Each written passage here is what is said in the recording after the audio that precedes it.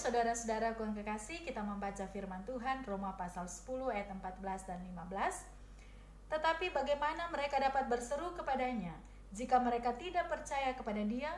Bagaimana mereka dapat percaya kepada Dia jika mereka tidak mendengar tentang Dia? Bagaimana mereka mendengar tentang Dia jika tidak ada yang memberitakannya? Dan bagaimana mereka dapat memberitakannya jika mereka tidak diutus? Seperti ada tertulis, betapa indahnya kedatangan mereka yang membawa kabar baik. Tema firman Tuhan di saat ini, kabar baik dari Tuhan. Saudaraku yang kekasih, kita sudah mendengarkan kebenaran firman Tuhan dalam persekutuan ibadah minggu di gedung gereja ataupun di rumah masing-masing, tentang tugas dan panggilan kita sebagai orang percaya untuk ikut melayani Tuhan. Dan di kali ini pun kita masih diperdengarkan tentang firman Tuhan, tentang tugas dan panggilan kita sebagai orang percaya menerima dan memberitakan kabar baik dari Tuhan. Saudaraku yang kekasih, tentu menyenangkan sekali kalau ada kabar baik yang kita terima di hari ini. Mungkin masih ada di antara orang tua, saudara-saudara yang menerima kabar baik tentang kelulusan anak-anak kekasih di jenjang pendidikan masing-masing.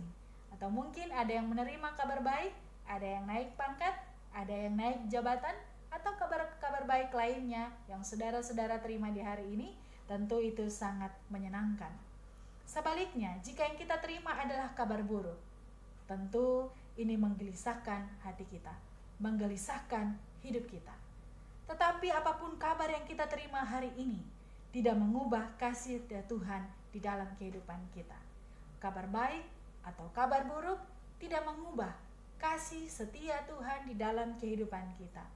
Dia yang selalu menyertai dan membimbing, Dia yang menyelamatkan hidup kita. Saudaraku, keseluruhan perikop firman Tuhan saat ini berbicara tentang orang percaya yang dibenarkan karena iman. Iman kepada siapa? Iman kepada Yesus Kristus, Sang Juru Selamat. Ia yang mati untuk menebus dosa-dosa kita dan kemudian bangkit pada hari yang ketiga. Inilah kabar baik untuk saudara-saudara dan saya juga. Kabar baik dalam bahasa Yunani Evangelion yang berarti Injil. Injil atau kabar baik bukan tentang manusia. Karena jika itu tentang kita, sebagai manusia, kadang kita terjerumus dan tidak bisa membedakan mana yang baik, mana yang buruk. Untuk itu tentu kabar baik atau Injil ini adalah tentang Yesus Kristus, Juru Selamat kita. Saudaraku, semua orang pada dasarnya suka kabar baik. Tetapi tentang Injil atau kabar Yesus Kristus kadangkala tidak diterima. Kadangkala itu ditolak. Kenapa? Ikut Yesus itu sengsara. Orang Kristen harus menderita. Orang Kristen harus pikul salib. Orang Kristen harus menyangkal diri dan lain-lain sebagainya. Kabar baik tetapi ajarannya kadang tidak menyenangkan. Misalnya, jangan balas jahat dengan jahat, atau kasihilah musuhmu. Nah, saudara, bukankah lebih menyenangkan jika balas jahat dengan jahat? Bukankah lebih menyenangkan untuk membenci musuh? Nah, saudara kekasih, untuk itu sekali lagi, kabar baik ini bukan tentang kita.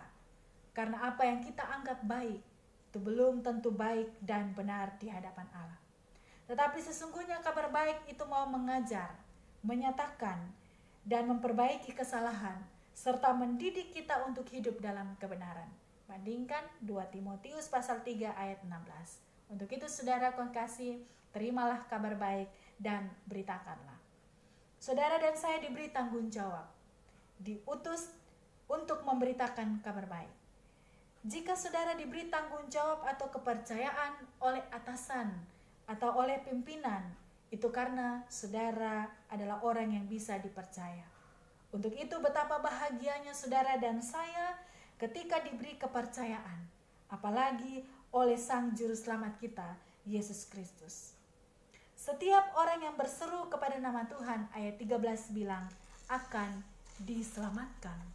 Tapi selanjutnya di ayat 14 dan ayat 15, bagaimana mereka berseru jika tidak percaya? Bagaimana bisa percaya jika tidak mendengar? Bagaimana bisa mendengar tentang Dia jika tidak ada yang memberitakannya? Dan bagaimana bisa memberitakan jika tidak diutus? Dan untuk itu saudara kekasih, Tuhan mengutus kita. Tuhan yang mengutus kita untuk menyampaikan kabar baik bagi setiap orang yang ada di sekitar kita. Untuk itu saudara, jika Tuhan yang mengutus kita, saya percaya Dia juga pasti memampukan kita untuk melakukannya. Dengan segala keterbatasan yang kita punya, dan kemudian di tengah situasi hidup yang tidak menentu, ketika saudara dan saya dipercayakan untuk memberitakan kabar baik ini, saya percaya saudara dan saya dimampukan juga oleh Tuhan. Setiap orang percaya bisa memberitakan kabar baik. Dan sungguh luar biasa, di kalimat akhir ayat 15, Rasul Paulus mengutip dari kitab Yesaya 52 ayat 7, bahwa betapa indahnya kedatangan mereka yang membawa kabar baik. Kabar baik selalu membawa sukacita. Betapa indahnya ketika saudara dan saya memberitakan kabar baik itu bagi setiap orang yang ada di sekitar kita. Entah mereka menerima atau entah mereka menolak, betapa indahnya tugas dan tanggung jawab yang Tuhan percayakan untuk kehidupan kita sebagai orang-orang yang percaya kepada Dia. Untuk itu, terimalah dan beritakanlah. Tuhan memberkati kita. Amin.